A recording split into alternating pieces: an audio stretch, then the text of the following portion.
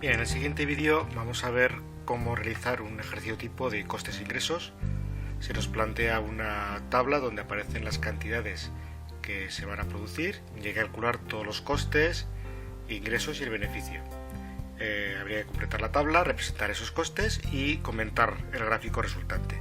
Primero vamos a calcular los costes fijos, que como sabemos es el mismo para todos, con lo cual vamos colocando el mismo coste en todos y así tenemos la tabla, el coste completado para todas las cantidades.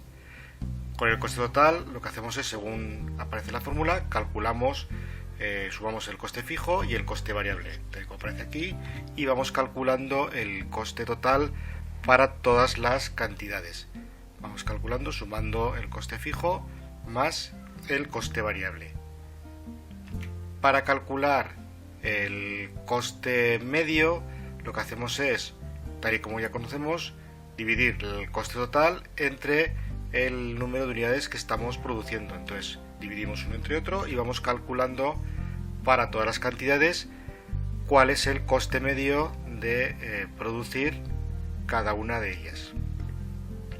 Y finalmente, en cuanto a costes, el último sería el coste marginal, y ya conocemos que sería calcular la variación que hay entre el coste y la cantidad. Entonces, si queremos calcular, por ejemplo, el coste marginal de 20, sabemos que la cantidad actual sería en 20, la anterior sería en 10, el coste total actual sería en 600 y el anterior sería en 500. Si quisiésemos calcular el del coste marginal de 10, no podríamos al no tener una cantidad de referencia anterior. Entonces simplemente dejamos un guión y ya está. Según esta fórmula vamos calculando todos los costes marginales, siempre actual menos anterior, partido de actual menos anterior. Vamos calculando para todas las cantidades y una vez tengamos esto, para hacer el ingreso total, lo que hacemos es, como nos han dado un precio de 30 euros en el planteamiento del problema, pues vamos multiplicando precio por cantidad, precio 30, cantidad 10, y vamos calculando el ingreso que vamos obteniendo si vendiésemos estas unidades que aparecen en la tabla. Y finalmente nos quedaría el beneficio. Para calcular el beneficio, como ya sabemos, hay que restar el ingreso menos el coste, tal y como aparece aquí, ingreso menos coste. En este caso, al ser el coste mayor que el ingreso, tendríamos una pérdida, un beneficio negativo es una pérdida. Algunos nos darían beneficio positivo, otros negativo, como veis, y otro cero. Cuando da beneficio cero, decimos que es un punto muerto porque el ingreso es igual al coste, con lo cual hay cero beneficios, es un punto muerto, o también llamamos umbral de rentabilidad porque es el sitio a partir del cual comenzamos a ser rentables, a tener beneficios en la empresa. Si queremos representar esta tabla, lo que vamos a hacer es un gráfico de dos ejes. En el eje Y vamos a poner los ingresos y costes, los representamos con un símbolo de euro, y en el eje X vamos a poner las cantidades. Para representar, lo que hacemos directamente es poner la cantidad máxima, que son 80, en el extremo del eje, y luego simplemente haciendo mitades, vamos dividiendo por la mitad y vamos colocando los valores, la escala. Y con el del eje Y hacemos lo mismo, la cantidad máxima que hay son 2800, vamos a colocar 3000 por redondear un poquito, colocamos la mitad y luego vamos haciendo las divisiones. Y representamos el coste fijo. El coste fijo, recordamos que es una línea recta, en este caso como son 500 euros de coste fijo, pues en el punto de 500 colocamos el coste fijo.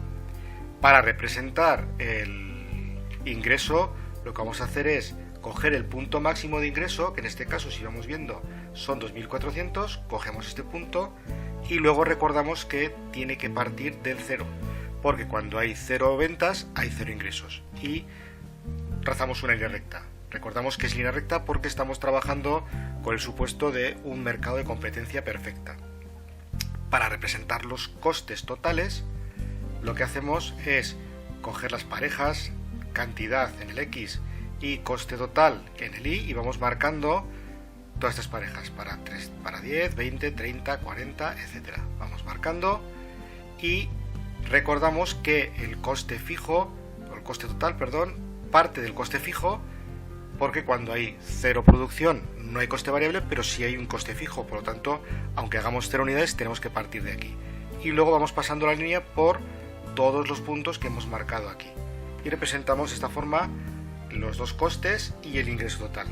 Al representar esto, vemos cómo hay dos puntos, que tenemos aquí, dos puntos donde se cruzan los costes y los ingresos. Son los puntos muertos de esta empresa. Entonces, vemos también dos zonas de pérdida, una al principio y otra al final. Estas zonas de pérdida son zonas en donde el coste total está por encima del ingreso, por lo tanto hay pérdidas, y tenemos también una zona de beneficio donde el ingreso está por encima del coste. En teoría, lo lógico es que la empresa busque su punto óptimo de producción en esta zona, que es donde hay beneficios. Para comentar el gráfico resultante, vamos a ampliarlo un poquito. Entonces vemos cómo hay una primera zona de pérdidas que está entre 0 y 10 hasta el primer punto muerto, como hemos dicho, porque el coste está por encima del ingreso, y generalmente siempre esta zona de pérdidas está motivada por el coste fijo, ya que al ser pocas unidades el coste fijo tiene mucha incidencia sobre el coste total de estas unidades. Si vemos un poco este ejemplo, tenemos un coste fijo de 500 y un precio de 30. Si nos situamos en el punto 10 de producción, veríamos cómo estos 500 euros de coste fijo que tenemos habría que dividirlos entre estas 10 unidades. Nos aparecería un coste fijo medio de 50 euros. Es incluso superior, sin contar el coste variable, superior al precio, con lo cual son pérdidas seguras. Tenemos luego una zona de beneficios donde el ingreso está situado por encima del coste, y en esta zona es donde tenemos que buscar el punto óptimo. El punto óptimo de producción es donde el beneficio es mayor, donde hay más beneficios, pero también es donde el coste marginal es igual al ingreso marginal. Como estamos trabajando con un supuesto de mercado de competencia perfecta, sabemos que en la competencia perfecta el ingreso marginal y el ingreso medio son iguales al precio. Por lo tanto, tenemos que buscar un lugar donde el coste marginal sea igual al precio.